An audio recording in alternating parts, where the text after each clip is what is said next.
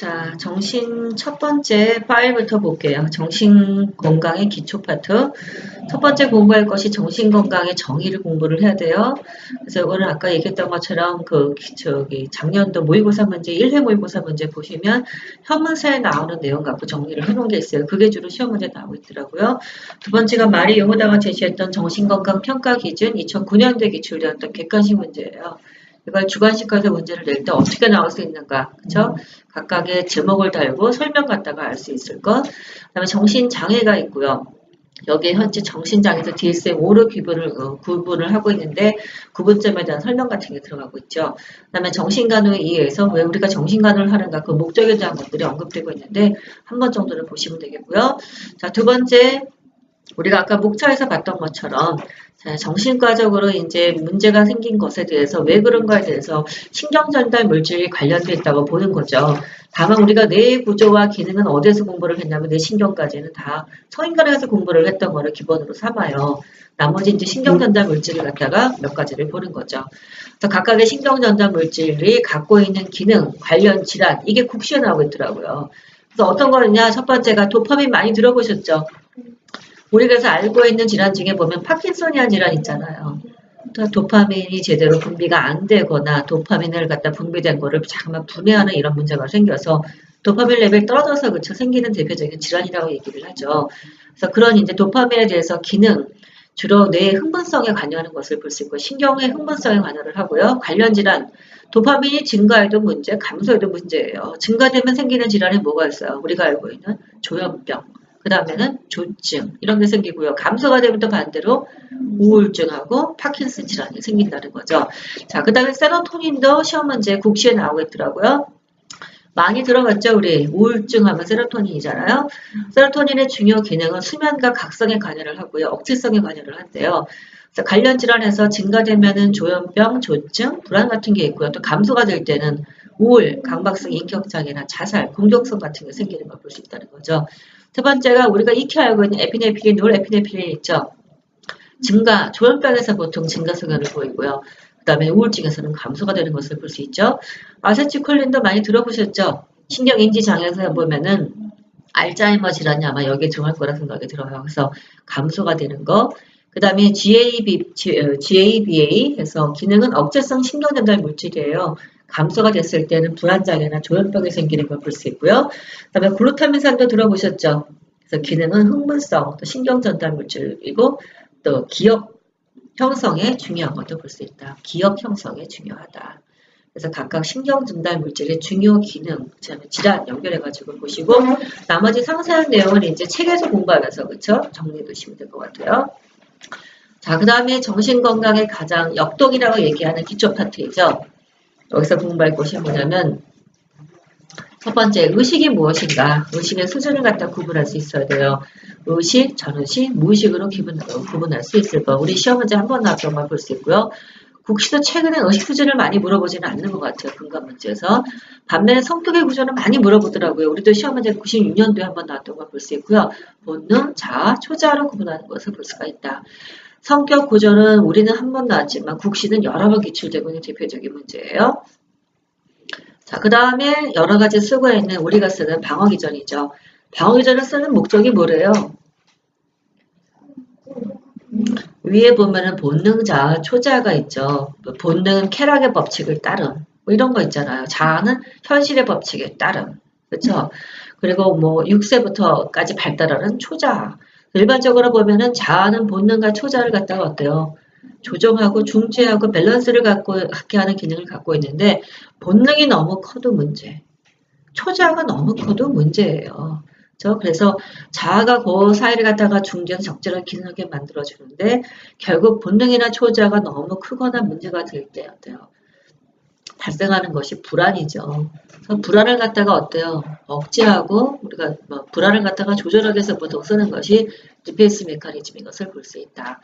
본능과 초자아 중간에 있는 자아가 그거를 중재하는 과정에서 발생하는 불안을 조절하기 위해서 디펜스 메커니즘을 쓴다는 거죠. 즉 우리가 알고 있는 모든 디펜스 메커니즘에 깔고 있는 게 뭐예요? 바로 불안을 조절하는 것이 그 목적이라고 봐도 그래서 타당하다고 보시면 될 것 같아요.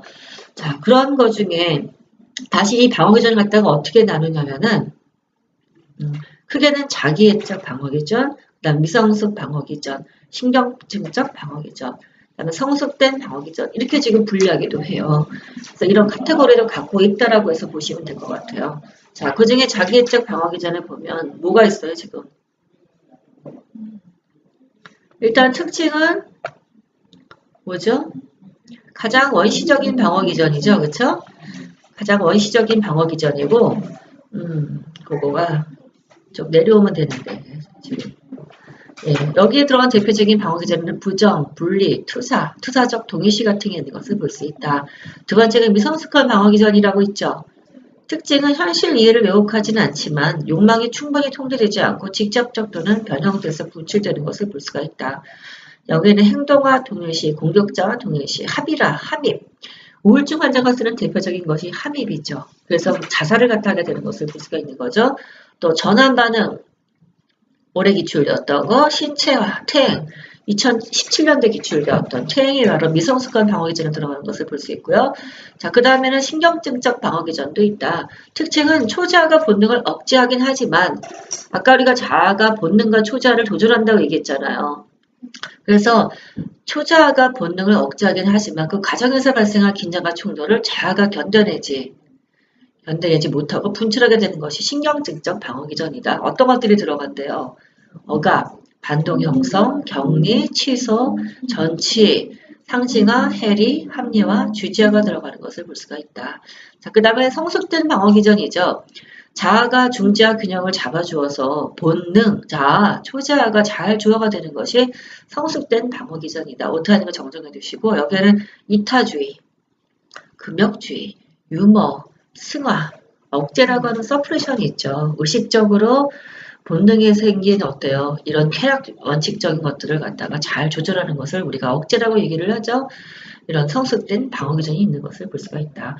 카테고리가 구분되어 있는 것도 있고 아닌 것도 있어요. 그래서 이런 구분점도 한 번쯤 보시면서 그 방어기전 갖다가 정리하면 되겠고요. 시험 문제가 국시도 계속 기출되고 있는 문제예요. 하나도 빠지지 않더라고요. 우리도 시험 문제가 나왔던 문제예요. 기타 보상이나 저항이나 고착, 대리 형성 같은 게 있는 것을 볼 수가 있다. 그래서 우리는 예제를 가지고서 그게 무슨 방어기전을 사용하는 건지를 알아야 돼요. 이따 책에서 공부를 할 거고요. 자, 그럼 우리가 쓰는 방어기전이라는 거를 잠깐 보면 방어기전의 특징은 뭐냐? 베일런트라는 사람이 얘기를 하기를 이 방어기전이라는 것은 갈등과 감정을 관리하는 중요 수단이다. 오타가 좀 많네. 정정해 주시고 중요 수단으로서 억제를 제외한 모든 방어기전은 모두 무의식적이고요. 억제를 제외한 모든 방어기전은 모두 무의식적이래요. 무의식적. 예, 정정해 주시고 서로 별개이고요. 가역성이 있다는 거죠. 그러면 바꿔줄 수 있다는 것이죠. 그 다음에 적절성, 빈도, 강도, 지속에 보통 달려있다. 모두 무의식적이며 서로 별개이고 가역적이고 적절성은 빈도, 강도, 지속에 달려있다. 즉 우리가 정신과에서 쓰는 방어기전은 이게 병리적이냐 병리적이지 않냐 적절하냐 적절하지 않냐 하는 것은 어디에 달려있대요. 얼마나 자주 하는 거야? 빈도. 얼마나 그걸 강하게 그게 두드러진 거야? 강도. 얼마나 지속되는 거야? 지속. 여기에 그 적절성에 대한 판단 갖다가 한다는 거죠. 네, 오타 많은 거 좀 정정해 주세요. 죄송해요. 자, 첫 번째가 정신건강에서 이제 역동에서 방어기전 갖다가 잠깐 정리를 했고요. 자, 그럼 다시 들어가서 아까 우리가 정신과적인 어떤 그 발달과 관련해서는 여러 가지 학자들이 있었죠. 첫 번째가 우리가 아동관에서 공부했던 내용이랑 동일한 내용들이에요. 첫 번째가 정신 성발달을 제시했었던 프로이드. 그래서 프로이드는 특정 장기 욕구 집착하는 것을 통해서 어때요? 이런 성적인 리비도가 분출된다고 했었죠. 그걸 갖다가 이제 갖고 단계를 나눴는데 구강기, 항문기, 남분기, 잠복기, 성기기로 구분을 했죠. 그래서 구강기, 항문기, 남극기, 잠복기, 성기기. 시험 문제가 2016년도하고 2092년도에 항문기가 나온 적이 있었어요. 가장 근간 문제 중에 하나이죠. 강박적 성격의 형성 시기가 언제이냐? 항문기. 그래서 우리가 대소변 훈련 갖다가 해야 되는 그 대변 훈련 시기에 관련된 성격 장애에 대해서 그쵸? 쓰는 그런 시험 문제가 나왔었죠. 또 구강기적 성격이 어떤 것이 있냐는 국시에 나오고 있는 내용이에요. 그러면 봐야 되겠죠 또? 그 다음에는 남근기 특징, 동성애가 발달되는 시기. 우리 동성애 최근에 문제되고 있잖아요. 그것이 발달되는 시기가 남근기래요. 그래서 그런 것도 이해를 하시고 잠복기, 성적 에너지가 지적 에너지가 전환되는 시기가 바로 잠복기죠. 그래서 여기와 관련해서 우리가 근면성이 형성된다는 얘기도 했었죠. 그렇죠? 그 다음에 이제 성기기로 나가게 된다. 정신성 발달, 프로이드한테 고전적인 그렇죠? 심리 발달에 대한 정신성 발달에 대한 이해를 받겠고 정신 심리 발달 에릭슨은 다시 안 볼게요. 아동과학에서 봤던 내용들이고요. 인지 발달도 우리 아동과학에서 기본 큰 틀을 정리를 했었죠. 자, 그 다음에 대인관계 발달, 설리반, 이거는 국시에 기출되고 있는 내용이고, 이건 아동과학에 없어요. 그래서 보통 영아가, 우리 영아기가 가장 어린 시기잖아요. 맘만 먹는 거가 최초로 사회하고 맺게 되는 교류라고 얘기를 해요. 그래서 소유가 최초의 사회적 교류라고 그쵸, 인식을 한다는 거죠. 그러한가요? 예, 애기가 응앙응앙 울고 배고파서 막 이럴 때 우리가 맘마를 주죠. 그럴 때 이제 수유관계를 통해서 최초로 사회적인 교류라는 것이 만들어진다는 것이고요. 태어나서부터 6살까지를 아동기라고 보는데 고통스럽고 불안한 대인관계 경험으로 이때 잘못 형성되게 되면 이제 퇴행 가능성이 생길 수 있다는 것이죠. 소년기에는 또래 그룹을 형성하는 대인관계가 발달되고요. 전 청소년 시기에는 동성친구가 주로 이르는 시기죠. 동성친구 관계. 그 다음에 이제 12세에서 17세라고 하는 초기 청년기로 들어갔을 때 정체성과 함께 독립 그리고 이성을 갖다가 이제 눈에 뜨는 것을 볼 수가 있겠고 후기 청년기로 들어가서 친밀한 인간관계를 형성하고 2차 정책이 발현되면서 근데 거기에 따라 이제 대인관계가 형성이 되고 마지막 성숙기로서 자아인식과 함께 자아 존중에 대한 것들을 알게 된다. 설리반의 대인관계 발달 이론은 국시에 기출되고 있는 내용이에요. 자, 그 다음에 분리개별화. 이거 밀러도 이것도 우리가 아동과학이 없었죠. 여기 정신과에서만 나오는데 이것도 국시에 기출되고 있는 내용이에요. 다른 사람과의 관계 형성을 통해서 성장할 때 발달되는 심리 과정이 분리개별화라고 제시를 했고요.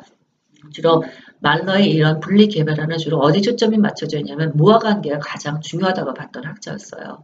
그래서 시험 문제에 거기에 대한 것들을 물어보고 있더라고요. 그래서 특히 태어나서 우리가 1개월까지의 를 정상 자폐기라고 하죠. 아기는 자기 내적 세계에 몰두되어 있죠. 그런 시기에 생존에 필요한 욕구 충족을 갖다가 주는 것이 엄마이겠고요. 그렇죠. 안이 초점을 맞추게 되고 이 시기에 욕구 충족이 안 되고 만족이 안 되면 뭐가 된대요? 자폐아 발생 가능성이 높다고 얘기하는 거죠. 자폐아의 정의가 뭐예요? 자기 스스로의 벽을 쌓아갖고 가둬져 있다는 것이 그 정의잖아요. 자기 내적 세계에 몰두되어 있다고 보통 얘기를 하는 거죠.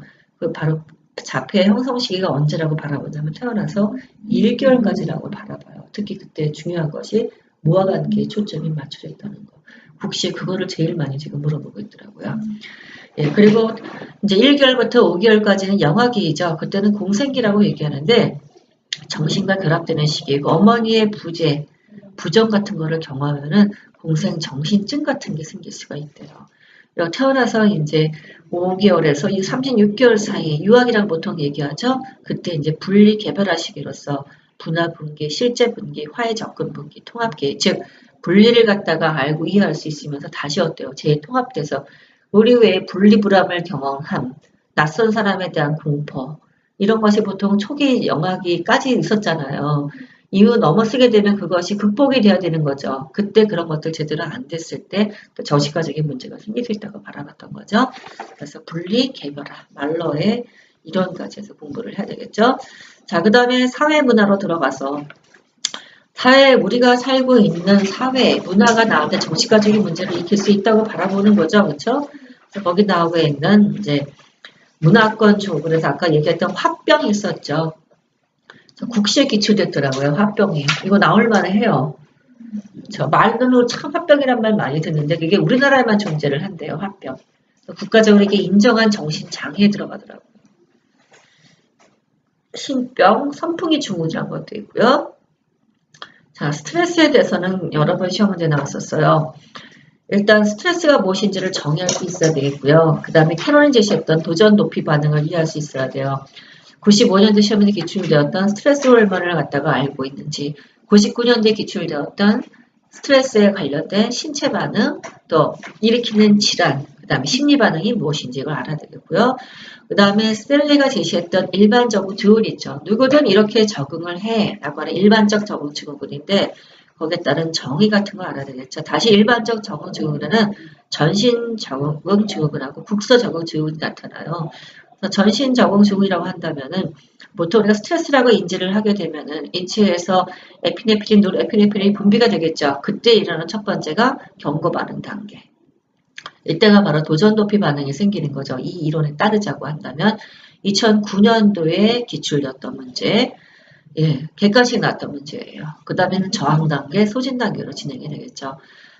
우리가 보통 이렇게 생각하면 스트레스를 받게 되면 첫 번째는 누구든 경고 반응 단계로 들어서죠. 살려고 애쓰잖아요. 조금 지나게 되면 이제 어때요, 거기에? 저항을 해서 이겨내려고 하겠죠.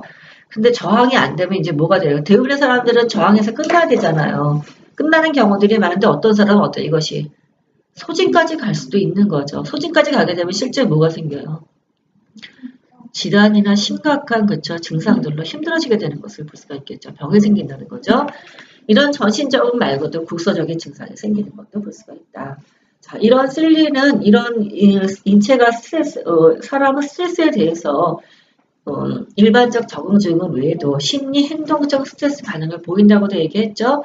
그런 것들은 어떤 것들이 있을까? 기출되었던 문제였었어요. 그렇다고 하면은 심리 행동이란다면 심리적인 증상에는 뭐가 있을까?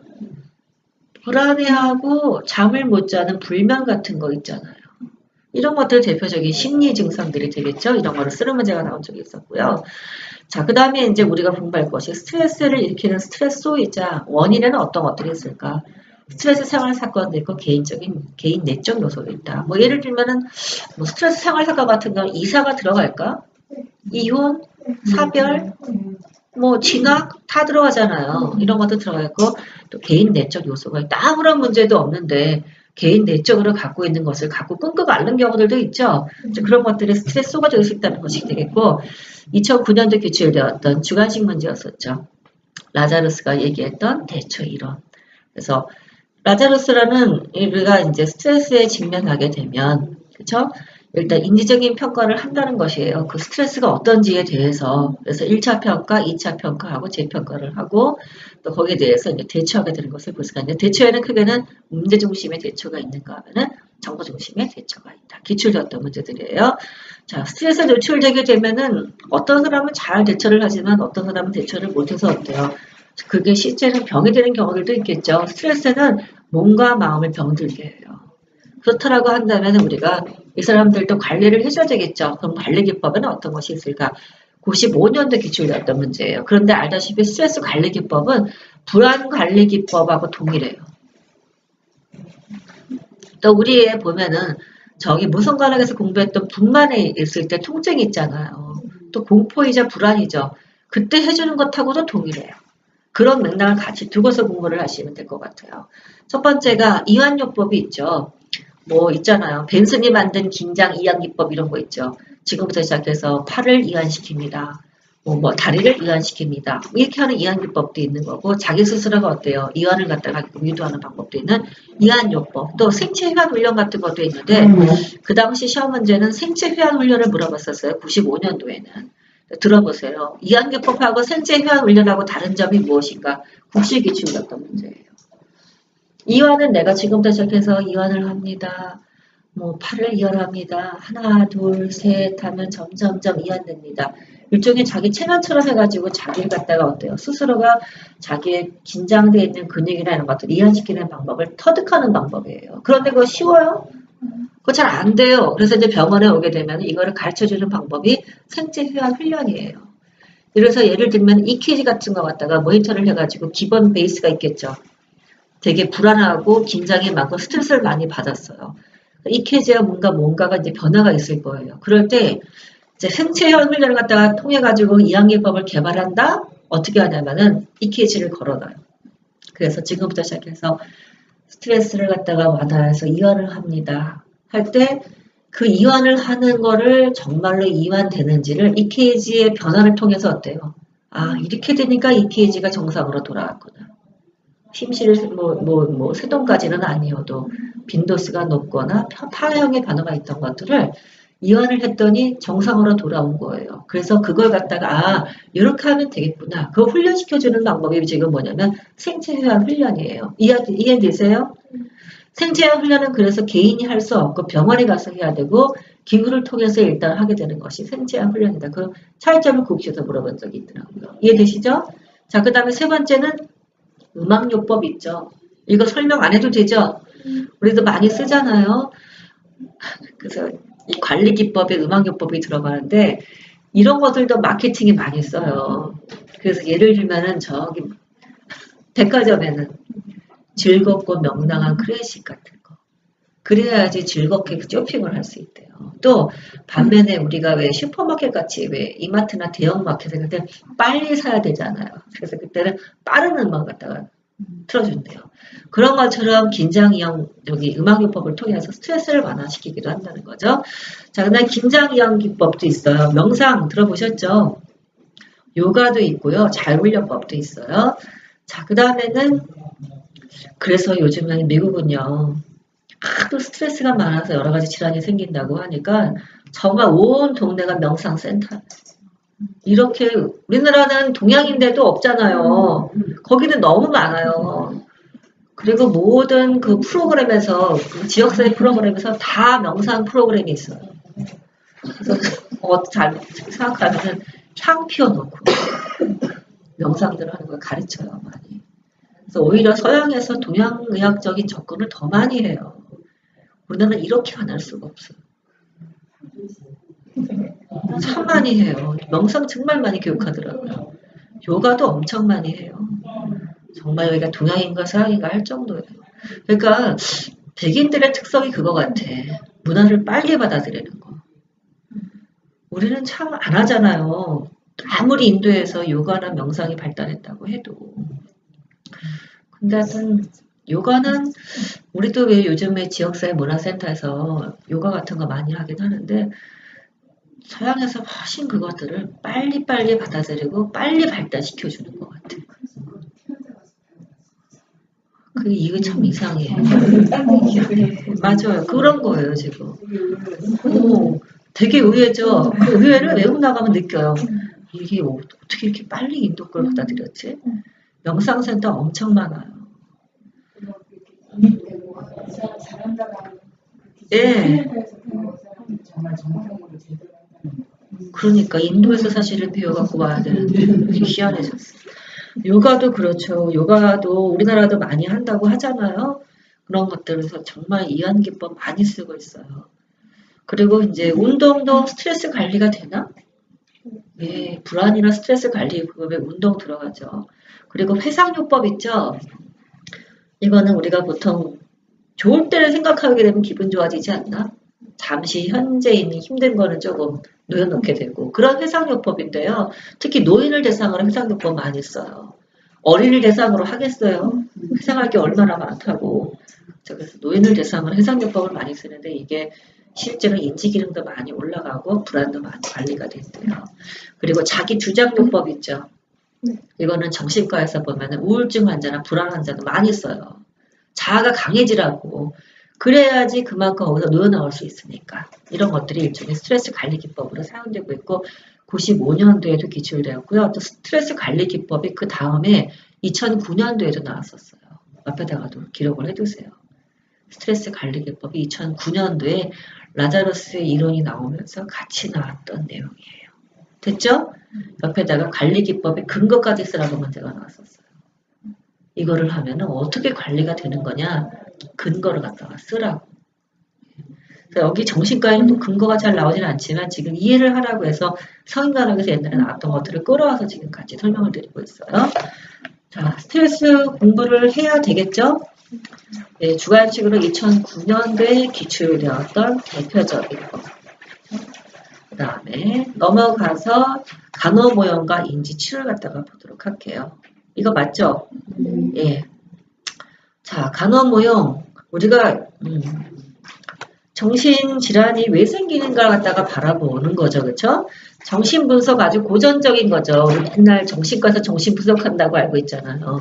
정신 분석 모형에서 봤을 때 정신과적인 질환이 생긴 거는 일탈로 바라보는 거예요. 그래서 발달 단계에서 발생한 정상에서 발생한 발달 단계에서 발생한 이제 불안, 갈등 같은 것들이 이제 바로 정신과적인 문제가 또 일으킨다고 바라보는 거죠. 치료는 그래서 대체 분석을 통해서 어떤 것이 이 사람한테 정신과적인 문제를 일으켰던 것인가 연상을 통해서 보통 하죠. 그래서 계속 자유로운 대화를 통해서 하고 또 꿈을 해석해서 했던 것들이 정신분석 모형인 걸 볼 수 있겠고 두 번째가 대인관계 모형 행동 일탈이자 정신장애를 뭘로 바라보냐면 지금 두 번, 네 번, 두 번 이렇게 되면 다 기출되고 있는 국시 문제들인 거예요. 자, 대인관계 모형에서는 어떤 것이 이제 행동 일탈을 일으켰던 것이 뭐냐. 불만족과 불안정이 이런 행동 일탈을 발생시켰다고 보는 거죠. 즉, 행동 일탈을 일종의 정신장애라고 보면 되는 거예요. 왜 정신장애가 생겼지? 불만족과 불안정이 발생시켰다고 보는 거고, 생리적인 욕구하고 대인관계 욕구가 중요하고, 이러한 욕구하고 특히 관계에서 중요한 거 아까 우리가 대인관계 모형을 설리반이 제시했던 무화관계라고 얘기했잖아요. 이런 관계 갖다가 있을 때 정신과적인 문제가 생기니까 그런 것도 치료도 대인관계가 있는 거를 교정을 해주고 재교육과 함께 재짜 그다음에 학습 통해서 성공적인 유형을 추구해주고 심리적인 모성 돌봄 같은 걸 해주는 것이 중요하다. 일종의 정신치료 갖다가 어때요? 그 아이를 갖다가 돌보는 그런 엄마의 마음으로 그렇죠? 그렇게 접근을 해줄 필요가 있다고 바라본 거죠. 정신 분석에서 우리가 보통 얘기한 것은 발달 단계에서 발생한 불안이 정신과적인 문제를 일으켰다고 바라보는 거. 예, 예. 됐어요? 자, 그 다음에 사회 모형은 행동 일체나 정신장애가 왜 생겼냐. 사회적인 환경이 정신질환을 일으켰다고 바라보는 거예요. 그렇기도 하죠. 예를 들면은 전쟁을 겪고 나면은요, 정신과적인 질환이 많이 생긴다는 얘기 많이 들어보셨죠? 얼핏 들어도 이해되지 않아요? 예, 특히나 최근에 보면은 미국에서도 정신질환 생기는 대표적인 것이 군인이더라고요. 왜 아프가니스탄에 나왔던 전쟁에서 굉장히 많이 생겨서 들어왔다고 얘기하잖아요. 이제 그런 것들이 정신질환을 일으켰다고 바라보는 거죠. 그래서 사회가 정신질환 치료 갖다 해줘야 되겠다. 그래서 1차 예방, 2차 예방, 3차 예방으로 접근을 해줘라. 왜냐하면 또 이것도 일리가 있어요. 그래서 사회 모형에서 바라볼 때는 사회적인 문제가 사회적 환경이 정신질환을 일으켰다고 바라보기 때문에 이 사람들은 뭐라 그러냐면은 굳이 정신병원을 볼 필요가 없다고 하는 거예요. 왜냐하면 정신병원에서 치료하고 다시 나가면 또 정신질환이 생기니까 결국 사회적인 문제를 갖다 접근해서 거기에서 접근할 필요가 있다. 1차 예방, 2차 예방, 3차 예방을 하자고 제시했던 것이 사회적인 모형이 사회 모형이고요. 이것도 국시에 나오고 있더라고요. 되게 그래서 요즘 보면 왜 개방병원? 개방정신병원이라고 생기죠. 그렇죠? 그런 것들도 이제 이론에서 접근해서 아마 나왔던 것이라고 얘기를 하더라고요. 그 다음에 실전 모형에서 바라보는 정신질환이죠. 행동일탈. 왜 정신질환이 생긴대요? 셀프 인사이트가 있죠. 나는 나라고 하는 그런 인사이트가 있는데 자기인식에서 괴리가 될 때 정신질환이 생긴다고 바라보는 것이 실전 모형에서 바라보는 정신 장애이죠. 그래서 우리가 기출했던 문제가 여기서 나왔던 거죠. 앨리스가 제시했던 합리적이라고 생각해서 거기에 근거해서 합리적이지 않을 때 정신적인 문제가 생기는 것을 찾아서 치료를 하자는 것이 합리적 정신치료이죠. 일종의 이제 인지정신치료이기는 한데 인지 행동치료이긴 한데 A, B, C, D, E 우리 지난번에 풀어봤던 문제잖아요. 기출했던 문제. 그래서 A, B, C, D, E 해서 확인해서 봤었고요. 비합리적인 신념이 있는 걸 어떻게 변화요? 합리적으로 이거를 왜곡있는 거를 인지를 바꿔주고 그렇게 해서 이거 너 그게 아닌 거야 라고 논쟁을 하게서 치료하자고 했던 것이 앨리스의 합리정신 치료인 것을 볼 수 있고 그게 여기서 나왔던 거라 볼 수 있겠고요. 그 다음에 이제 의사소통 모형이에요. 왜 정신과적인 문제가 생기지? 왜 일탈 행동이 생긴 거야? 이거는 의사소통이 왜곡 단절돼서 발생했다고 바라보는 거죠. 오타가 많은 거 좀 전정해 주세요. 의사소통이 왜곡 단절돼서 발생했다고 바라보는 거죠. 그러면 치료는 뭘 잘하면 되는 거예요? 의사소통을 잘하면 된다고 바라보는 거죠. 그래서 정신치료를 갖다가 하는 것도 옛날엔 정신분석밖에 없었지만 지금은 어때요? 다 관점 치료명에 대한 것을 갖고 접근하고 있는 것을 볼 수 있다는 것이죠. 자, 그래서 거기까지 있고요. 그 다음에 이제 행동 모형이죠. 자, 왜 우리가 정신과적인 문제가 생기고 일처 행동이 생긴 거지? 인지가 왜곡돼서 그렇다고 바라보는 거죠. 그러면 인지가 왜곡돼서 이렇게 정신과적인 문제가 생겼다고 하는 거는 인지를 바꿔주면 되는 거죠.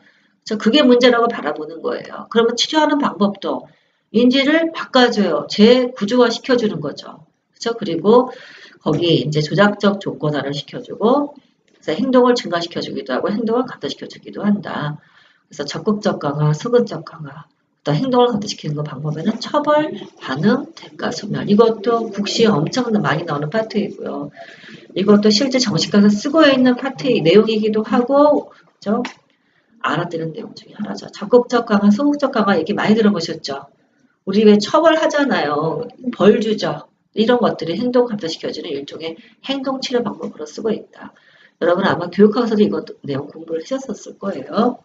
그 다음에 이제 불안 완화 기법, 그 다음에 새로운 행동을 학습할 수 있는 기법들을 제시해 준다. 치료 방법이 시험 문제가 요게 나왔던 게 관련돼서 나온 적이 있었어요. 그래서 일단 치료 방법은 시험 문제가 국시가 5번 나왔던 것처럼 우리도 중요하게 바라봐야 돼요. 연결돼서 나왔던 문제 중에 하나예요. 자, 그 다음에는 이제 백이 제시했던 인지행동 치료가 있죠. 아까 ABC까지 나왔던 거. 그러니까 앨리스가 제시했던 합리적 정서 치료는 ABCD이잖아요. 백은 ABC까지 제시했던 학자이죠. 2016년도에 관련됐다고 일단 보시고 왜냐하면 거기에 인지 왜곡을 찾아서 내는 문제가 있었기 때문에 2011년도에도 다시 나왔던 것도 볼 수 있죠. 그 전에도. 자, ABC. A는 자극, B는 빌리프 신념이죠. C는 그래서 결과 반응인 거잖아요. 그래서 자극은 선행하는 사건이 나의 신념을 만들었다고 바라보는 거예요. 그러면 어떤 신념이 있는 거예요? 내가 믿는 바가 신념이죠. 내가 믿는 바가 신념인데 그 믿는 바가 바로 뭐냐면 내가 이것이 옳다고 생각하고 나는 이렇게 생각해라는 인지가 있는데 인지가 이제 왜곡됐을 때 보통 우리가 정신과적인 문제가 생긴다고 바라보는 거죠. 그런 인지의 왜곡에 뭐가 있대요? 2017년도 기출되었던 문제네요. 이거 26년도에 나왔던 문제예요. 과잉 일반화, 개인화, 이분법적 사고, 비극화. 우리 이거 지난번에 한번 풀어봤었죠. 예. 선별적 추상화, 독단적 추론, 다른 사람의 마음을 읽기, 극대화, 국서화, 완벽주의, 자기가치의 외면화 이런 것들이 인지의 왜곡의 하나의 어때요? 대표적인 항목이라고 바라보는 거죠. 그 중에 시험 문제가 뭘 물어봤냐면 과잉 일반화, 개인화 이런 것들을 물어봤잖아요. 예. 자, 그래서 보통 선행한 자극이 인지의 왜곡을 일으키고 그 결과 뭐가 생겨요? 정서의 반응에서 우울이 생길 수도 있고 관련해서 행동에서 어때요? 우울 관련된 증상이 생길 수 있다고 그런 문제가 나왔던 거죠. 예. 인지행동 치료 거기 페이지 보시면 돼요. 이렇게 100의 인지행동 치료를 ABC를 가지고 어떤 치료 기법을 만들어서 보는 거예요. 어떤 치료 방법이 있어요? 인지행동 치료에서는. 불안 완화 기법, 기출로 던지기 문제예요. 치료 기법을 객관식으로 물어본 적이 있어. 2011년도에. 자, 인지행동 치료 기법에 3가지가 있다. 첫 번째가 이거 도표로 나와 있어요. 시험 문제 도표로 정리돼서 많이 나온다고 얘기했었죠. 그 페이지. 예. 선생님이 보시면 되겠다. 나는 이거로 정리를 하고 일단 책 볼 때 나중에 보고요. 죄송해요. 예. 여기 지금 책에 보시면 그리 크게 우리가 인지행동 치료 방법은 3가지가 있다. 이게 기출됐던 문제예요. 예? 첫 번째가 불안 완화 기법이 있다. 찾았어요? 예, 거기에는 뭐가 있대요? 여러분이 읽어보세요. 우리 조금 전에 스트레스 관리 기법이 있는데 이거 다 쓴다고 얘기했었죠? 예, 다 써요. 자, 불안을 완화하는 기법 어떤 거? 이완요법, 바이오 피드백, 체계적 둔감법이다. 탈감작법, 기출되었던 문제. 감각기관의 노출, 그 다음에 홍수법, 기출되었던 문제. 홍수법. 그죠? 그래서 반응 방지 이런 것들이 있다. 두 번째가 자, 불안을 완화시키는 자, 인지, 자극에 있어서 나는 선행했던 어떤 경험이 있어요. 그것 때문에 뭐가 생겼어요? 인지의 왜곡이 생긴 거죠. 그죠? 그러면 그 인지의 왜곡의 결과 뭐가 생긴 거예요? 불안 같은 정서 반응, 우울 같은 정서 반응이 생길 수 있고 또 어떤 행동 반응이 생겼던 거죠. 그럴 때 우리가 치료를 할 때는 크게는 3가지로 이거를 접근해 준다. 불안을 완화시켜주던가 두 번째가 인지를 재구조화시켜주면 되잖아요. 그게 문제라고 하는데 그럼 인지를 재구조화시키려고 한다면 사고 감정을 감시하고 증거를 탐문을 하며 그다음에 대안을 검토하고 탈비극화 그다음에 재구성하고 사고를 중지하도록 한다. 나중에 그런 상세한 내용은 거기서 보고요. 세 번째가 이런 방법을 하면은 더 좋아요 라고 하는 새로운 행동학습 방법을 알려주는 거예요. 그렇죠? 그걸 하면 되잖아요. 새로운 행동학습 기법 어떤 거? 이렇게 하는 저 사람을 보세요. 저 사람이 이렇게 했대요. 모델링을 제시를 해주는 거. 그렇죠? 그 다음에 형성법, 역학극도 해가지고 우리 역학극 많이 쓰죠. 정신과에서. 그 다음에 토큰 경제, 잘하면은 상을 주는 거, 못하면 벌 주는 이런 거. 아까 했던 행동기법 같은 거 쓸 수 있겠고 혐오법 같은 거. 혐오법은 예를 들자고 한다면 왜 알코올 중독자 퇴원할 때 이거 부타졸린인가 무슨 약물을 줘요. 그래서 그걸 먹으면서 술을 먹게 되면요. 구토를 하고서 심한 증상이 생겨요. 그러면 새로운 행동 학습할 수 있는 뭔가 준 거죠. 그렇죠? 이제 그런 혐오 치료 방법도 있겠고 사회적 교수를 훈련시켜주고 행동 계약서를 쓰도록 하는 거예요. 이런 방법들이 새로운 행동 학습 기법으로서 사용되고 있는 것을 볼 수가 있다. 대개 인지행동치료 기출되었던 문제예요. 2016년도, 2011년도 시험지에 다시 나올 수 있어요. 또 올라가서 앨리스의 그것도 연결해서 나왔던 문제여서 같이 해서 첫 번째 행동 모형에서 치료에 대한 거를 공부하고 있어요. 근데 이것이 인지행동치료라고 나오지 따로 행동 모형이라고 나오지도 않아요. 그래서 저는 그냥 묶어서 다 인지행동치료로 바꿨어요. 자, 두 번째가 스트레스 적응, 지지 치료 모형, 생물학적 모형, 간호 모형이 있다. 그 중에 굵직한 거 중심으로 해가지고 정리를 했습니다. 자, 그 다음에 넘어가서 이제 뭐가 있어요? 두 번째가 정신 상태의 사정을 볼 차례예요. 이상 행동.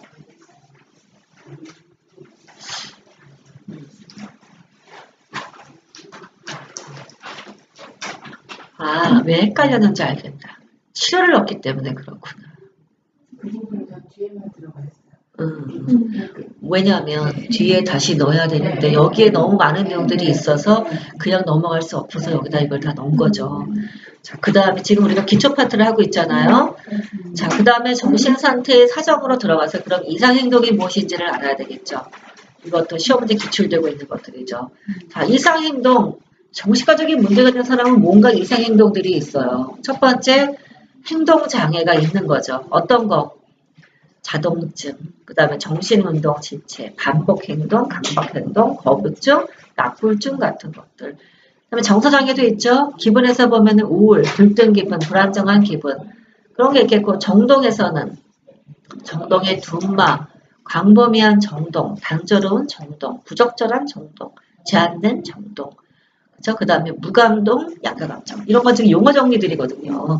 근데 이제 이것들을 갖다가 기초를 갖다 해서 정의를 해놔야지만 질환 들어갔을 때 그게 그거구나를 이해하기가 쉬운 거죠.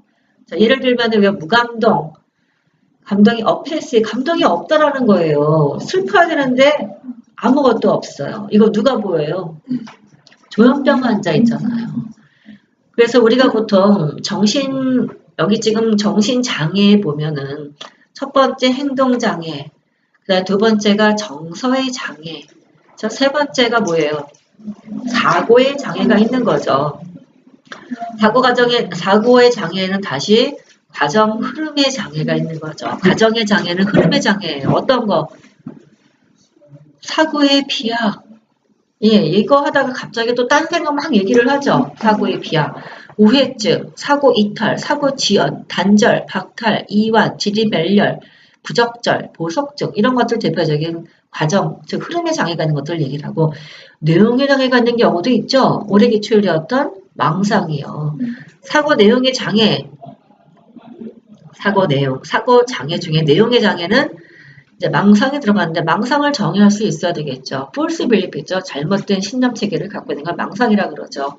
여기에는 관계 망상, 과대 망상, 피해 망상, 신체 망상, 사고의 전파, 투입, 우울 망상, 편집 망상, 지적 자책 망상 같은 것들이 있겠고요. 우리 시험 문제에도 여기에 관계 망상, 과대망상, 피해망상, 국시만 나오지 않고 우리도 나온 적이 있었어요. 우리는 이제 질환 파트에서 이게 나왔기 때문에 거기다가 넣어버렸거든요. 일단 국시에 나온 것만큼 우리도 여기 지금 망상의 시험 문제가 나왔어요. 올해는 간호중재를 물어봤죠. 망상에 대해서. 그전에는 망상에 대한 것을 갖다 이게 뭐냐 망상을 쓰는 그런 문제들이 있었어요. 망상이라는 단어를 써야 되는 거. 정신 조현병에서 그렇게 나왔었고 사고 장애 중에는 형태의 장애도 있어요. 그러니까 즉 흐름의 장애냐 내용의 장애냐 형태의 장애냐. 형태의 장애는 자폐적 사고, 마술적 사고, 1차 사고 과정, 후추적 사고, 강박적 사고 같은 게 있겠고요. 언어의 장애. 사고의 장애는 언어로 표현이 되겠죠. 자, 언어의 장애는 뭐가 있대요? 신어 조작증, 언어 빈곤, 다변증, 발음 장애, 말 비임증, 지리멸렬, 음성증, 반향 언어, 언어 압박 같은 것들이 있다. 자, 그 다음에 자, 우리가 지금 정신장애에서 첫 번째가 뭘 본 거죠? 행동, 두 번째가 정서, 세 번째가 사고, 거기 안에 언어를 포함시킨 거예요. 그렇게 분리가 되어 있기 때문에 그렇게 본 거고요. 그 다음에 이제 뭐가 있어요? 지각의 장애도 있는 거죠. 지각의 장애에 뭐가 있대요? 환각, 착각, 기타가 있다. 환각에 뭐가 있어요? 환청, 환시, 환촉, 환미, 이면시 환각, 신체환각 같은 것들이 있다. 2013년도 시험 문제 환시, 그래서 그 알코올 중독됐던 그 환자의 예를 가지고서 시험 문제가 나왔던 거를 볼 수 있죠. 환시. 그 다음에는 착각도 있죠. 환각하고 다르죠. 착각은 잘못 보는 거잖아요. 마치 그 링겔 줄이 뱀처럼 보여요. 이렇게 얘기했던 거. 그걸 착각이라고 얘기를 하죠. 2013년도 시험 문제 물어봤던 걸 볼 수 있겠고요. 그러니까 이런 게 알코올 중독에 또 들어가 있어요. 그러니까 여기서 한번 굵직굵직하게 봐두고 난 다음에 정의적인 내용을 보고 난 다음에 질환별로 들어가면 될 것 같아요. 기타 실행증이나 이인증 같은 것도 있다. 자, 그 다음에 감각과 인지 과정에 문제가 있는 경우도 있겠죠. 그래서 진압력 의식 수준의 변화가 있다던가 기억에 문제가 있는 경우 있잖아요. 기억에 과다도 있는가 하면 기억에 상실도 있고 기억에 착각, 착오, 기시감, 미시감, 작화증도 있다. 작화증 국시에도 3번 나왔죠. 우리 시험대도 2번 나왔었어요. 메모리에 랩스가 생겼어요. 알코올 중독, 세포, 뇌세포 파괴되죠. 그 다음에는 인지장애가 있는 치매 어른들 보면 디멘치아 같은 경우도 뇌세포가 파괴돼가지고 어때요? 메모리 중간에 소실이 있는 부분이 있는 거예요. 그때 어떻게 해요? 말을. 이거를 메꿔가지고 만드는 거죠. 그걸 컴파블레이션 작화증이라고 그래요. 시험대 2번 나왔어요. 우리 쪽으로. 그래서 그거 작화증에 대한 정의를 알고 있어야 되겠고요. 감각과 인지장애 중에는 집중력과 계산 능력의 문제, 추상적 사고와 집중력의 문제, 판단력과 통찰력의 문제가 있는 경우들이 있다. 자살하고 타해 이렇게 해가지고 나누는데 여기 지금 나오는 이 카테고리들을 보면서 우리가 정신과적으로 문제가 있는 사람들은 뭘 봐야 돼요? 행동장애가 있는지, 정서장애가 있는지, 사고장애가 있는지, 지각장애가 있는지, 감각과 인지장애가 있는지를 봐야 한다는 것이에요.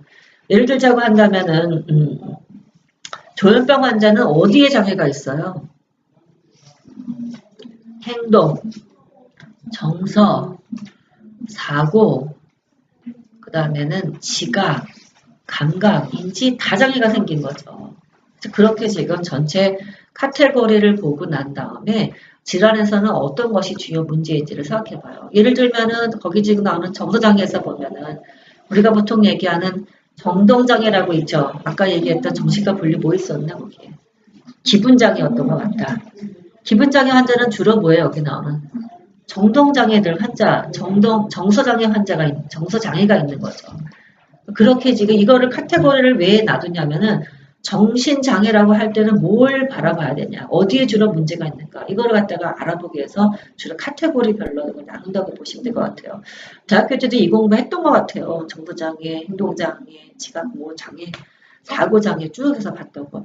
옛날에 저희가 공부할 때는 사고장애하고 언어장애가 따로 있었거든요. 어느 날 봤더니 사고장애 안에 언어장애가 다 합쳐졌더라고요. 예, 그러니까 지금은 언어장애도 다 해서 포함시켜서 사고장애로 구분해서 본다는 거. 이거 시험 문제가 나오게 되면 정의가 나올 거예요. 그 책에 보시면 예시가 쭉 나와요. 또 예시가 나오고 난 다음에 이거는 뭐이냐 이렇게 물어볼 거예요.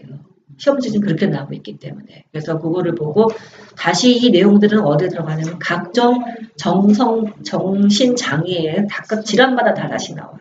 그러니까 기초 파트라고 닦아서 보시면 내용들이 되겠죠. 자, 그 다음에 이제 치료적 관계에 대한 거죠. 치료적 관계 이제 보는 거 맞죠? 예, 치료적 관계에서 보면 치료적 관계의 요소를 먼저 봐요. 자, 우리가 대상자고 치료적 관계가 형성이 돼야지만 정신장애 치료가 잘 될 수 있겠죠? 그럴 때 치료적 관계의 기본 관계 요소, 시험지 국시가 5번 나오는 파트예요, 지금. 굉장히 기출 빈도가 높다라는 것이에요. 치료적 관계의 기본 요소에 뭐가 있어요? 신뢰, 전문성, 돌봄, 공간, 진실성, 무조건적, 긍정적 관심이 여기에 들어간다. 우리 맨날 얘기할 때 대상자하고 신뢰가 제일 중요하다는 얘기를 하죠. 그죠? 그거 공감하는 능력도 중요하다는 얘기를 하잖아요. 자, 이런 것들 시험 문제가 지금 나오고 있고요. 우리 쪽에 나온 적은 없어요. 빨갛게 칠해져 있지는 않으니까. 하지만 나올 수 있어요? 예, 나올 수 있어요. 치료적 관계 요소. 그 다음에 치료자적 자질에는 어떤 것이 있어요? 여러분도 이거를 갖추고 있어야 되겠죠. 정신과 간호사가 갖춰야 되는 치료적 자질에는 어떤 것이 있어야 될까? 첫 번째가 자기인식. 여기 바로 뭐가 들어가요? 조화리에 창이 들어가는 거죠. 아까 4가지 윈도우가 있다는 거. 그렇죠? 그래서 가장 중요한 것이 제1 영역. 남이 생각하는 나하고 내가 생각하는 나가 많을수록 좋은 거예요. 남이 하는 나하고 내가 하는 나가 어때요? 괴리가 될수록 내가 치료자적인 자질을 갖추고 있다고 보기가 어려운 거죠. 그래서 어떻게 하래요? 제1 영역이 확장되는 게 제일 중요하대요. 남이 보는 나와 내가 보는 나가 되도록이면 동시대가 제일 큰 것이 좋다. 그 조화리의 창이 바로 자기 인식에 들어가고요. 책에 있어요. 이거 외에 여러분이 가져야 되는 자질은 뭐가 있대요? 진실성, 존중하는 마음, 공감, 구체성, 윤리의식, 대인관계 기술, 이타심, 역할 모델, 성장, 촉진 같은 것들 들어가는 걸 볼 수가 있다. 자, 그 다음에 그러면 치료적 단계를 우리 2011년도 시험에 나왔던 문제이죠. 페플라가 제시했던 치료적 관계의 4단계예요. 객관식에 나왔던 문제, 그러니까 주관식으로 나올 수 있겠죠. 이것도 교과서에 도표로 돼 있던 걸로 기억이 나요. 예, 여러분이 책을 보면 또 빨리 볼 수도 있겠고요. 예, 찾으셨죠? 그 도표 얘기하죠. 출제하는 사람들은 도표 좋아한다고, 그림 좋아한다고. 예, 그래서 도표는 지금 보는 것처럼 나중에 시험 보기 전에 쭉 한번 훑고 들어가세요. 그러면 그래도 한번 눈 맞춤을 하고 들어가면 기억이 날 가능성이 높아요. 도표를 시험 문제 그대로 내는 경우들이 많아요. 그러한 다음에 그 단계 이름을 써라. 단계의 특성을 몇 가지를 제시라. 시험 문제 그렇게 나왔던 문제들이죠. 1단계는 상호작용의 저자. 우리가 지금 대상자를 만났어요. 첫 번째 단계가 뭐예요? 상호작용되기 전 단계죠. 일단 상호작용하기 전에 뭐부터 해야 돼요? 내가 만날 대상자의 사정부터 먼저 해야 될 거 아니에요. 그래야 뭔가 내가 데이터를 갖고 준비를 할 수 있겠죠? 상호작용의 전 단계를 갖고 그 다음에 초기 단계, 활동 단계, 종결 단계로 진행하는 것을 볼 수가 있다. 됐어요? 예, 국시에 몇 번 나온대요? 5번 이상이니까 여러 번 나왔던 파트예요. 우리도 나올 수 있는 거니까 나왔던 문제인 거죠. 그렇게 문제에 대해서 대처를 갖다가 우리가 대비할 필요가 있어요. 그러면 치료적 관계 요소 나올 수 있어요? 예, 나올 수 있어요. 이거 굉장히 중요 사항 중에 하나고요. 이런 치료적 관계를 맺는데 장애가 되는 것들도 있겠죠. 예, 그것도 국시에 많이 나오는 파트예요. 어떤 거? 부적절한 경계. 왜 우리가 상담을 하고 정신과에서 치료하다가 보면 뭐가 생기냐면은 이 선을 넘었을 때 있지 않나? 있어요. 그렇죠? 그걸 부적절한 경계. 이거 조심해야 되고요. 그 다음에는 동정과 의존심을 조정하는 거. 그 다음에는 비수용성과 회피. 그 다음에 전이하고 역전이. 이거 국시에 엄청 잘 나와요. 전이하고 역전이. 그 다음에 저항하는 경우들도 있죠. 그렇죠? 그래서 치료적 관계의 장애, 요인을 갖다가 각각을 다 공부를 하셔야 돼요. 이거. 자, 그 다음에 넘어가서 의사소통이죠. 이것도 우리 시험 문제 기출되고 있고 국제도 나오는 것들이죠. 자, 의사소통에는 크게는 언어적, 비언어적 의사소통이 있다. 비언어적 의사소통에서 고려할 요소하고 반응 같은 거 봐야 되겠고 의사소통의 구성 요소 같다고 봐야겠죠. 의사소통의 구성 요소. 뭐 말하는 사람 나, 그죠? 그 다음에 받는 사람 상대가 있겠고 중간에 메신저라는 게 있겠죠. 뭐 내용이나 언어나 뭐가 갈 거 아니에요. 그 그림 나오죠. 이제 그거 의사소통의 구성 요소 그게 국시 기출이었던 문제예요. 예. 여러분이 책을 보고서 표시하니까 훨씬 빠르네 그게. 자, 그러고 나서 모형으로 들어가서는 크게는 의사소통의 모형에는 구조적 모형하고 상호 교류 분석 모형이 있고 모형이 있다. 상호 교류 분석 모형 국시에 한 번 나왔던 것을 볼 수 있고요. 상호 교류 분석 모형이요. 그거 시험 문제가 국시 문제인데 쉽지 않더라고요. 그래서 저희 작년도 그 모의고사 문제 그 문제를 갖고서 국시 문제를 갖고 변형해서 낸 문제가 있어요. 그거 한번 풀어보세요. 그냥 내용을 보는 거하고 문제 푸는 게 생각보다 어렵더라고요. 네, 이거 풀어보시고요. 자, 그 다음에 체로적 의사소통 기법 시험 문제가 국시도 5번 나왔다고 하죠. 아주 여러 번 나왔던 문제예요. 5번이 아니고 여러 번 나왔던 거고 우리 시험 문제는 2011년도에 나왔던 것을 볼 수가 있죠. 일단 체로적 의사소통 기법에는 뭐가 있냐. 첫 번째가 적극적 경청. 그 다음 일반적 주제로 시작. 재진술 많이 하죠. 우리 시험 문제에 명료가 나왔었어요. 그쵸? 그 다음에 반영도 나오는데 내용의 반영이냐 감정의 반영이냐. 시험 문제 감정의 반영이 나온 적도 있었고요. 그 다음에 반영 시 실수에는 상투적 반응 뭐 이런 것들이 있다. 그 다음에 초점 맞추기 우리 시험에 나왔던 것들이고요. 그 다음에 주제 확인, 우리 침묵도 많이 확인하죠. 쓰죠. 그 다음에는 유머, 정보 제공, 제한, 현실감 주기, 직면시키기, 요약하기 이런 것들이 체로적 의사소통 기법으로 사용되고 있고요. 비체력인 것도 있죠. 우리 시험 문제도 그 당시에 나왔던 문제 2011년도에 이거 주관식으로 나왔던 문제들이었었어요. 어떤 거? 일시적인 안심. 병원에 쓰니까 잘 될 거예요. 뭐 병원에 쓰니까 이제 해결되겠죠. 잘 될 거예요. 이런 거. 불필요한 칭찬, 비난, 거절, 지나친 동의, 지나친 이견, 충고, 탐지, 도전, 시험, 방어, 표현된 감정 표시, 경시. 왜 그렇게 생각하세요? 뭘 불안하다고 그러세요? 뭐 이런 거 경시. 상투적인 반응, 모든 것이 잘 될 것이에요. 누구나 다 그렇게 돼요. 이것도 나왔던 것들. 문자적인 반응. 관련 없는 주제로 말머리 돌리기. 그러면 이거는 강호사가 이상한 거죠. 그렇죠? 이런 것들이 비치의 기법인데 여러분 책을 넘기면 그거 도표 있어요. 도표의 예시를 봐두세요. 국시도 거기서 나와요. 일단 정의를 하고 예시를 알아둘 것이에요. 예시를 쭉 쓰고 난 다음에 이게 뭘 쓴 거냐 이렇게 문제가 나오더라고요. 이거 생각보다 어려워요. 아무리 해도 이게 헷갈릴 때가 많아요. 이게 왜 그러냐고 자꾸만 물어보는 경우도 생겨요. 그거 굉장히 양이 많아요. 그게. 정의할 것, 예시를 알아둘 것. 그 두 가지를 꼭 해서 기억을 해두셔야 돼요. 되셨죠? 예. 자, 거기까지가 우리가 간호학 기초 파트에서 정신건강에서 공부하는 내용들이에요. 책을 갖고 정리하기가 훨씬 빨리빨리 인지가 되겠다. 예. 자, 두 번째 맵은 이제 뭘 보냐면은 정신장애 1부터 봐야 되겠죠. 자, 정신장애 1.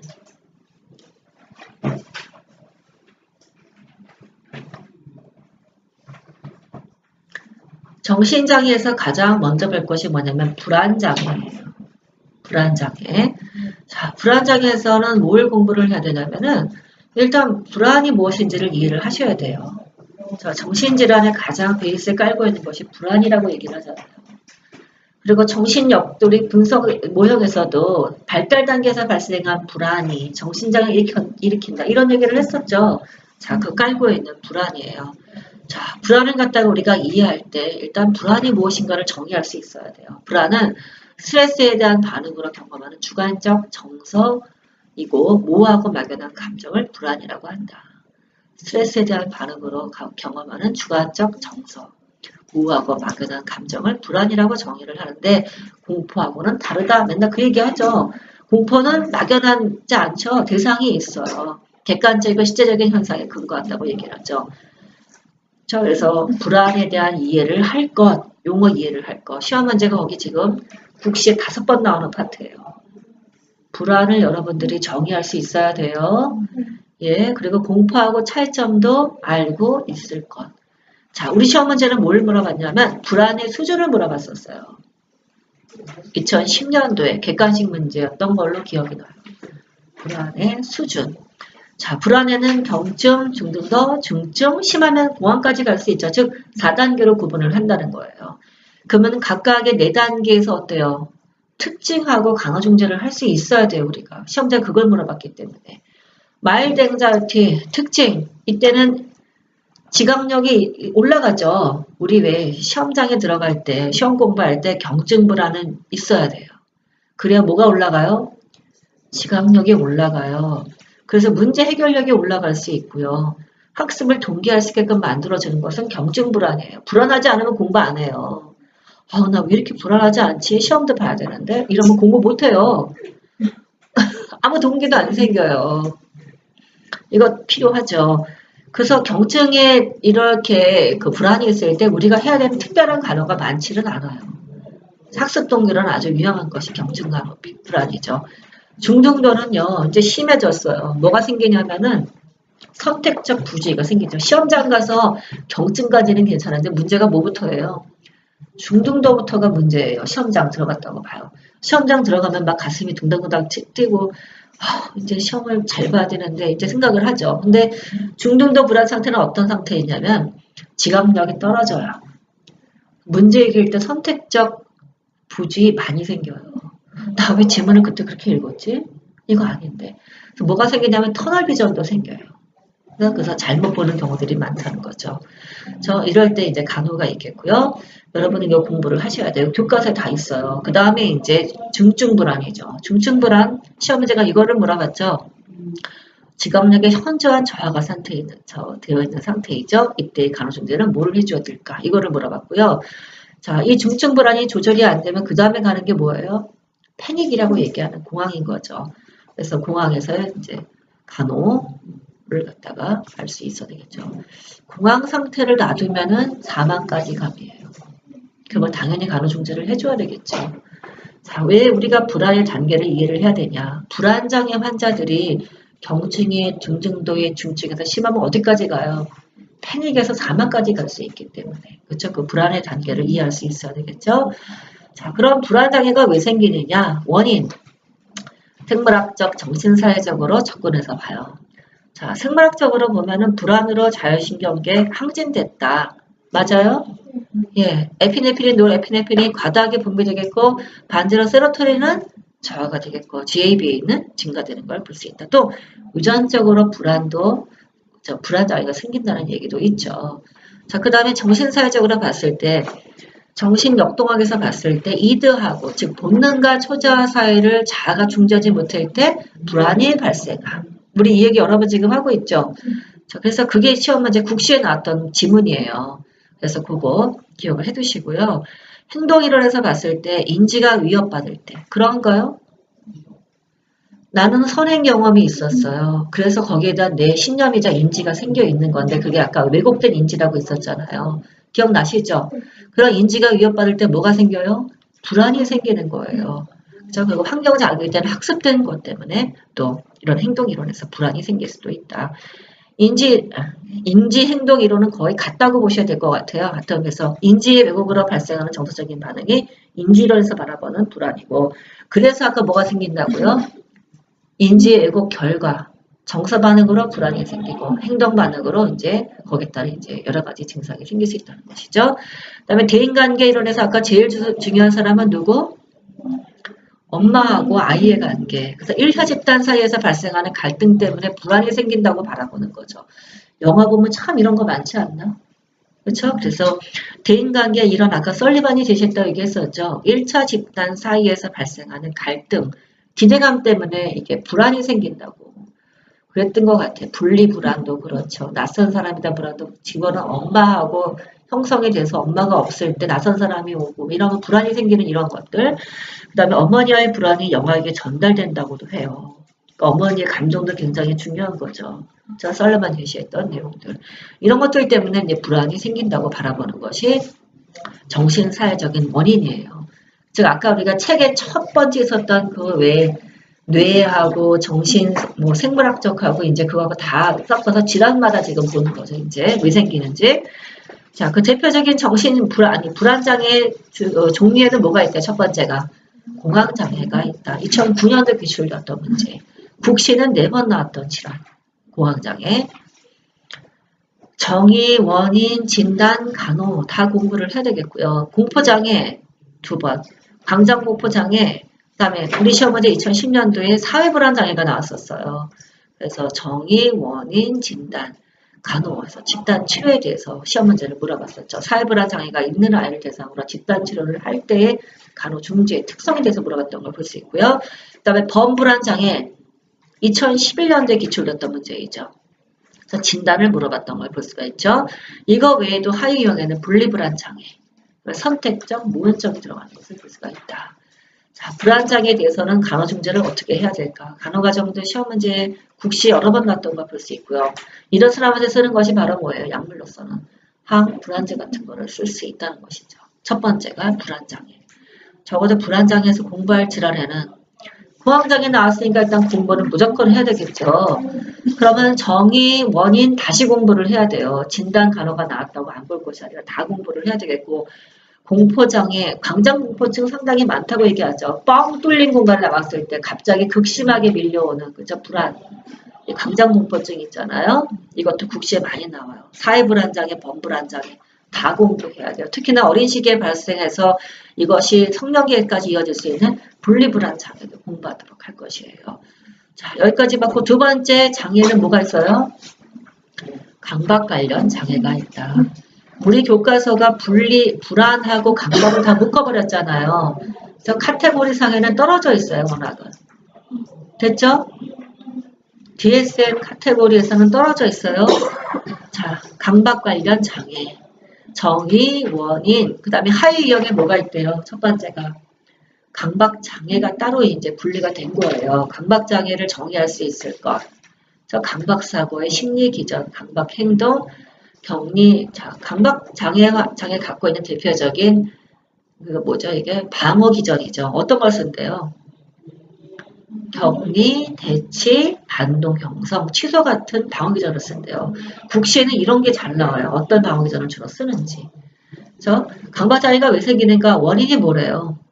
얘는 초자가 너무 강한 게 문제예요. 그죠? 초자가 너무 강해서 계속 어때요? 자아를 갖다가 억누르고 있는 거죠. 그죠? 그래서 강박적 성격이 생기고 학문기적 성격이 있는 것을 볼 수가 있다. 원인, 진단, 그 다음에 이제 간호, 중재이죠. 간호 중재는 인지행동 치료하고, 그 다음에 간호 이제 중재를 쓰겠는데, 인지행동 치료에는 체계적 둔감법, 그 다음에 사고 중지 같은 걸 시키는 걸 볼 수가 있다. 2015년도에 기출되었던 주관식 문제예요. 주관식 기출되었던 문제. 자, 그 다음에 신체 변형 장애, 저장 장애, 발모강 2014년도에 기출됐었죠. 그 예제가 나왔었잖아요. 다음과 같은 질환이 그 당시는 DSM-4에서 물어봤잖아요. 지금은 이제 DSM-5로 전체 분류 체계를 다 바꾼 거예요. 예, 그래서 발모강은 어디에 들어가요? 강박 관련 장애에 들어가요. 여기 지금 24책의 분류가 불안이랑 강박을 묶어버렸죠. 실제로는 어때요? 떨어져 있어요. 불안장애 따로 있고 강박 관련 장애 따로 있음. 그 강박 관련 장애에 뭐가 있어요? 발모강이 현재 들어가 있는 거죠. 또 박피증 같은 거 있죠. 계속 뜯는 거. 예, 간호과정. 자, 그 다음이 외상후 스트레스 장애가 있다. 외상후 스트레스 장애 정의, 원인, 진단, 간호 2007, 2012, 2016년도 지금 3번 나왔어요. 작년, 재작년도 나왔던 문제네요. 외상후 스트레스 장애.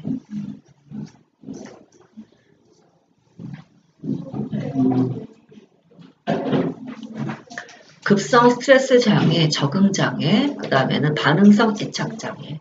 반응성 애착 장애, 이것도 많이 우리 지난번에 애착 공부했었죠. 그때 왜 이게 형성되지 않으면 나중에 정신질환 중에서 반응성 애착 장애 생긴다는 그 아동교과서 내용이 있다 그랬었잖아요. 그 질환이 여기에 지금 들어가는 거예요. 어디에 들어가요? 외상리 스트레스 장애로 구분이 돼요. 타인과 사회적 관계를 형성하지 못하는 걸 볼 수가 있다. 그 다음에 탈억제 사회관여 장애가 있다. 외상리 스트레스 장애에서 공부할 거, 외상후 스트레스 장애하고 반응성 애착 장애. 근데 급성 스트레스 장애 같은 것도 한 번쯤은 봐보세요.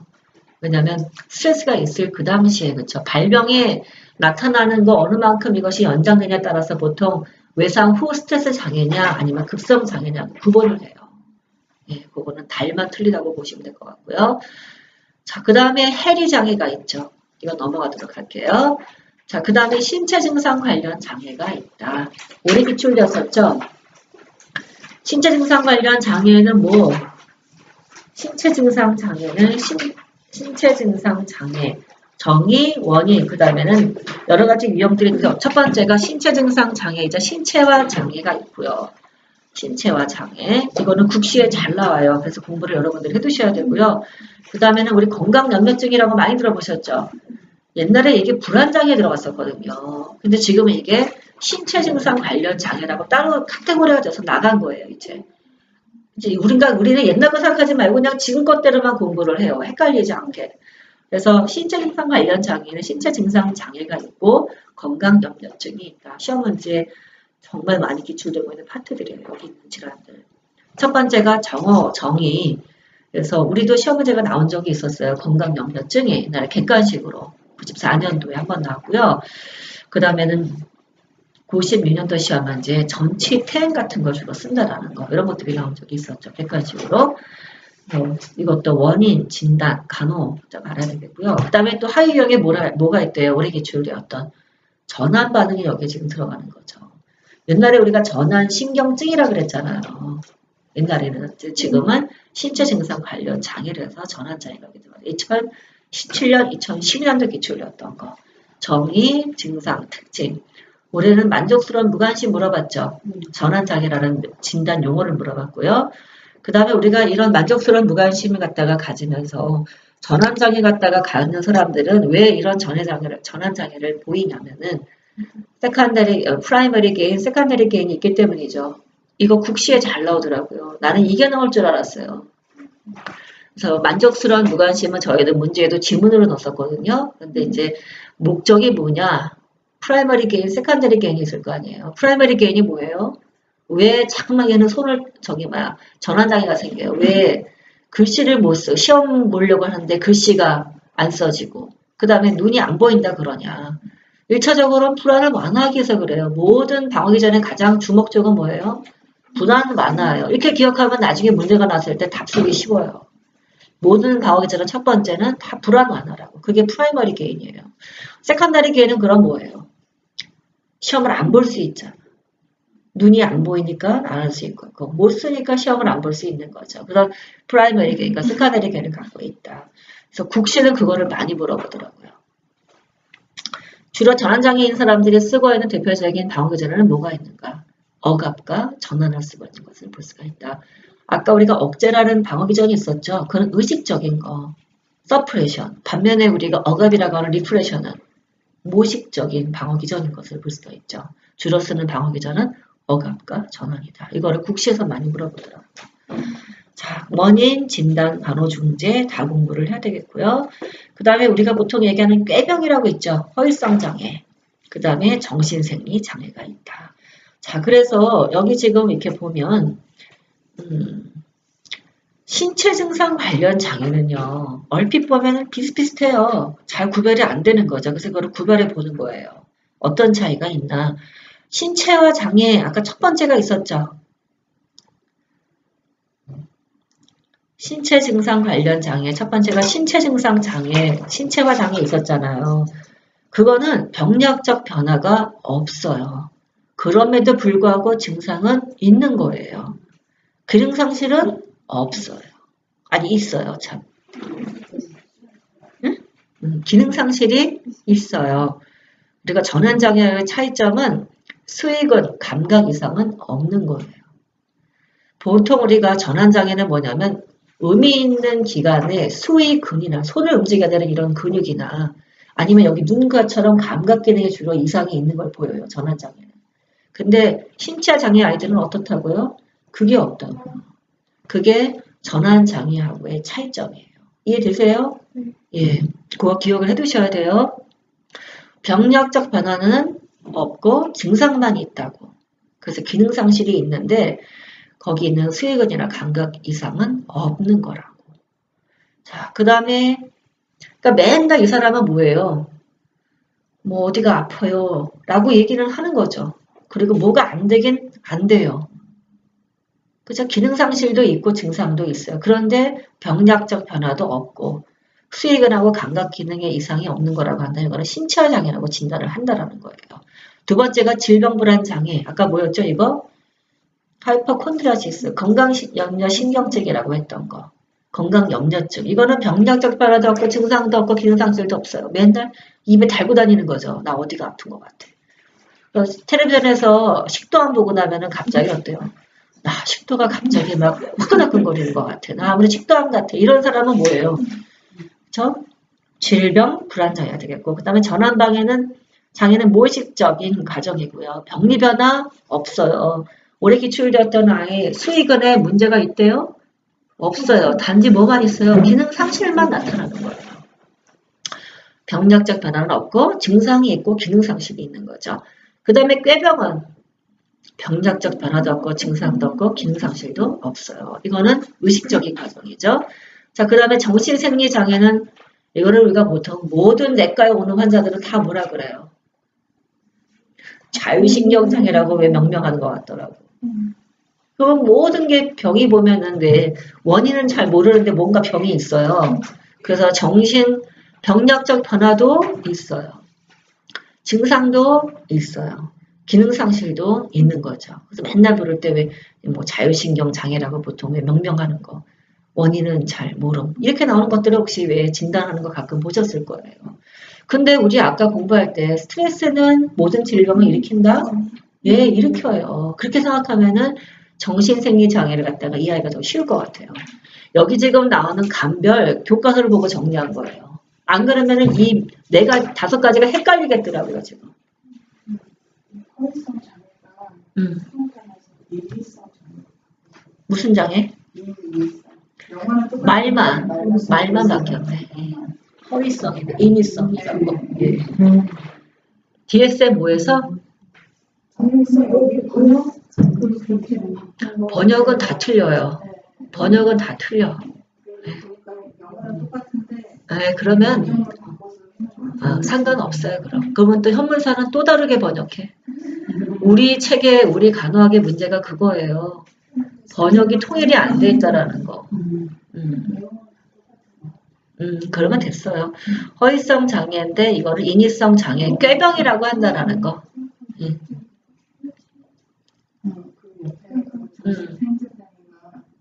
정신상실과의 장애는 가로해놓고 기타 의학적 상태에 영향을 주는 심리적 요인. 그러니까 이제 스트레스라고 여기다 적어놓으면 이해가 빠르죠. 영문은 똑같은데.